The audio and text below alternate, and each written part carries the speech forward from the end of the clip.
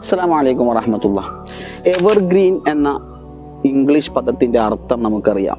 Evergreen means something stays fresh, live or relevant all time, no matter the season.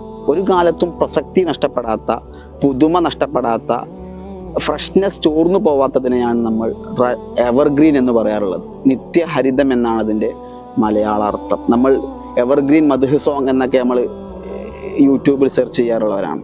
Evergreen അല്ലെങ്കിൽ നിത്യഹരിതം എന്ന് അക്ഷരാർത്ഥത്തിൽ വിളിക്കാൻ പറ്റുന്ന ഒരു ഗ്രന്ഥം നിങ്ങൾക്ക് ഞാൻ പരിചയപ്പെടുത്തി തരാം. നമ്മുടെയൊക്കെ പഠനകാലത്ത് ഒരുപാട് പണ്ഡിതന്മാരുടെ പഠനകാലത്തെ സ്വാധീനിച്ച വളരെ പ്രസിദ്ധമായ ഒരു ഗ്രന്ഥമാണ് അൽഫിയത്ത് ബിനു മാലിക് എന്ന ഗ്രന്ഥം.